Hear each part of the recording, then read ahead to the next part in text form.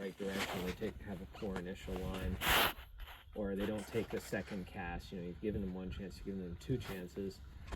I would strongly urge you not to correct a dog that doesn't take the cast correctly. I would, you know, as I've said here yesterday a lot, was focus on correcting the fundamentals. That will lead your dog to giving you, being disciplined about taking a cast. I'm not saying that I never correct a dog who doesn't take a cast properly, but in my mind, there has to be a reason for them to be undisciplined. It's not just that I think they should know how to do it.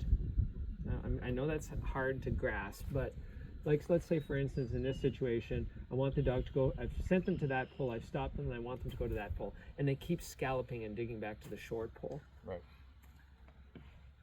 I don't think it's hard for a dog to get from there to there. So if they're not doing it, then perhaps the dog needs to be taught how to do it.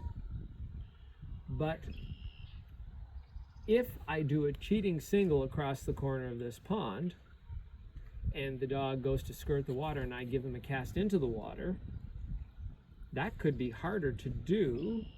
But I could also say, well, maybe the dog is being undisciplined because it requires extra work to get in the water. It's an uncomfortable situation because they've got to get wet.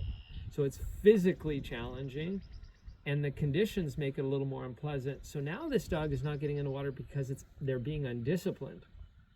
And so I might be more willing to correct them for that because they're being undisciplined. In this situation, it is not much work to get from there to there. It does not take a huge amount of discipline to get from there to there. They simply don't give you a cast.